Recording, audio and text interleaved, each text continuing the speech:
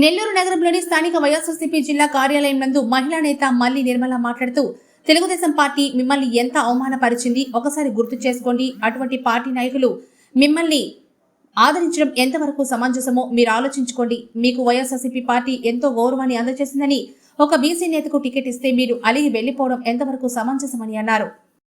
అంటే నేను ఈరోజు తెలుగుదేశం పార్టీ చేసినటువంటి అవమానం గురించి ఎందుకు మాట్లాడుతూ ఉన్నాను అంటే, నిన్న ప్రభాకర్ అన్న గారు రాజీనామా చేశారు, ఓకే. కానీ తెలుగుదేశం పార్టీ నాయకులకి ఏందో నాకు అర్థం కావట్లేదు. సంబరాలు ఎందుకు సంబరాలు చేసుకుంటున్నారు మీరు? ఆయన ఏమన్నా మిమ్మల్ని పిలిచాడా? మీరు రండి నాకు బొకేలు ఇవ్వండి, శాలువాలు కప్పండి అని? లేదు, ప్రభాకర్ అన్న గారైనా కూడా ఆలోచించాలి కదా. తెలుగుదేశం పార్టీ నాయకులు తీసుకొని వచ్చి బొకేలు శాలువాలు ఇస్తూ ఉంటే వైఎస్ఆర్ కాంగ్రెస్ పార్టీలో మరి మీరు ఎందుకు రాజీనామా చేశారో మీరు ఈ జిల్లా ప్రజలందరికీ కూడా తెలియపరచాల్సినటువంటి అవసరం ఎంతైనా ఉంది. ఎందుకు రాజీనామా చేశారు ప్రభాకర్ అన్న? బలహీనులకు మీకు టికెట్లు ఇవ్వడం ఇష్టం లేదా? నారాయణ మీద మీలాంటి వాళ్ళు పోటీ చేస్తే ఏం బాగుంటుంది ప్రభాకర్ అన్న? నారాయణ లాంటి పెద్ద వ్యాపారవేత్తల పైన మీలాంటి వ్యాపారవేత్తలు పోటీ చేస్తే ఏం బాగుంటుంది ప్రభాకర్ అన్న? చిన్నోడి చేతికి బ్యాట్ ఇచ్చి కొట్రా అని కొట్టిస్తే కదా అన్న మజా ఉండేది. దగ్గరుండి నెల్లూరు నగర సీటుని గెలిపించుంటే ఈ రాష్ట్రంలో ఉన్నటువంటి బహుజనులు పేదలు అందరూ మీకు రెండు చేతులెత్తి దండం పెట్టుండేవాళ్ళు కదా ప్రభాకర్ అన్న.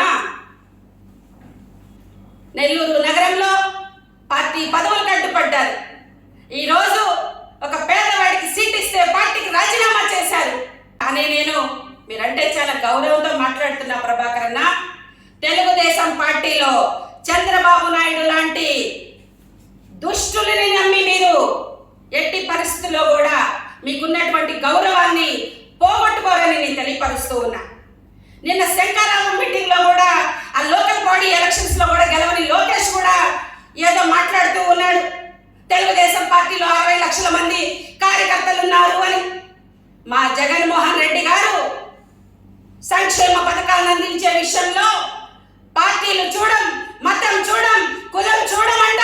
తెలుగుదేశం పార్టీ కార్యకర్తలకి కూడా ఆ 60 లక్షల మందిలో కూడా 70% మందికి మా జగన్మోహన్ రెడ్డి గారు సంక్షేమ పథకాలు ఇచ్చారు అని మేము చెప్తూ ఉన్నాం. కాదు అంటే లోకేష్ కూడా ముందుకు రా, మేము నిరూపిస్తాం. కాబట్టి అన్నా మీకు పదవులు ఇచ్చి గౌరవించారు, మీ సతీమణి ప్రశాంతి గారికి పదవులు ఇచ్చి గౌరవించారు. ఇవన్నీ కూడా మీరు ఒకసారి ఆలోచించాల్సినటువంటి విషయం. మీరు జిల్లా అధ్యక్షుడిగా తెలుగుదేశం పార్టీ మాట్లాడినట్టు మీరు అన్ఫిట్ గా వేరే పార్టీలో చేరతారో, లేదు అంటే ఏ రవిచంద్ర అయితే జిల్లా పార్టీ అధ్యక్షుడిగా మిమ్మల్ని అవమానం చేశాడో అలాంటి పదవిని వైఎస్ఆర్ కాంగ్రెస్ పార్టీ జిల్లా అధ్యక్ష పదవిని మీకిచ్చి గౌరవించి సత్కరించిన వ్యక్తి జగన్మోహన్ రెడ్డి గారు. ఆలోచించండి ప్రభాకర్ అన్న. జగన్మోహన్ రెడ్డి గారు నాయకుల్ని నమ్ముకొని రాజకీయాలు చేయట్లేదు, నాయకుల్ని నమ్ముకొని రాజకీయాలు చేయట్లేదు. జనాలు, ప్రజలు, పేద ప్రజలు వాళ్ళ కోసం వాళ్ళని నమ్ముకొని రాజకీయాలు చేస్తూ ఉన్నారు. ఈరోజు కూడా పేదల కోసం, బహుజనుల కోసం, బలహీనుల కోసం రాజకీయాల్లో ఉన్నత పదవుల్ని వాళ్ళకి అందిస్తూ వాళ్ళ పక్షాన నిలబడినటువంటి జగన్మోహన్ రెడ్డి గారి అని చెప్పి మీలాంటి వాళ్ళకి నమ్మి పదవులు ఇస్తే ఈరోజు పార్టీని ఏమి జరిగిందని మీరు పార్టీ పదవికి రాజీనామా చేశారో, మీరు ఎలాగో జిల్లా పార్టీ అధ్యక్షుడిగా ఉన్నప్పుడు ఒక మీటింగ్ పెట్టలేదు, ఇప్పుడన్నా వివరణ ఇవ్వండి.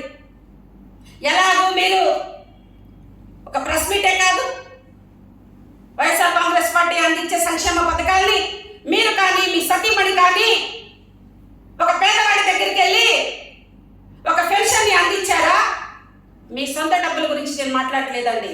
మీరు పార్టీలో ఉండి పార్టీ పదవుల్ని అనుభవించారు కాబట్టి పార్టీ కార్యక్రమాల్లో మీరు మీ భార్య గారు ఎంతవరకు పనిచేశారు అనేది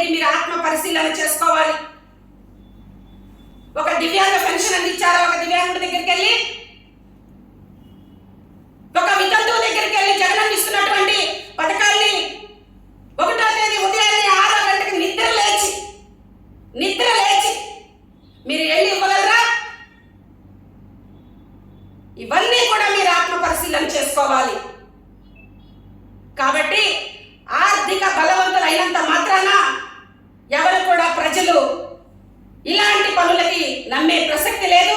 వైఎస్ఆర్ కాంగ్రెస్ పార్టీకి వచ్చినటువంటి నష్టమేమీ లేదు. పాత నీరు పోతా ఉంటే కొత్త నీరు వస్తూనే ఉంటుంది. జగన్మోహన్ రెడ్డి గారి కోసం వైఎస్ఆర్ కాంగ్రెస్ పార్టీలో సేవ చేసేందుకు ఎంతో మంది కార్యకర్తలు ముందుకి వస్తూనే ఉంటారు. 2024లో కూడా జగనన్న పక్షాన ఈ రాష్ట్ర ప్రజలందరూ కూడా అండగా నిలబడతారని చెప్పి నేను తెలియపరుస్తూ ఉన్నాను.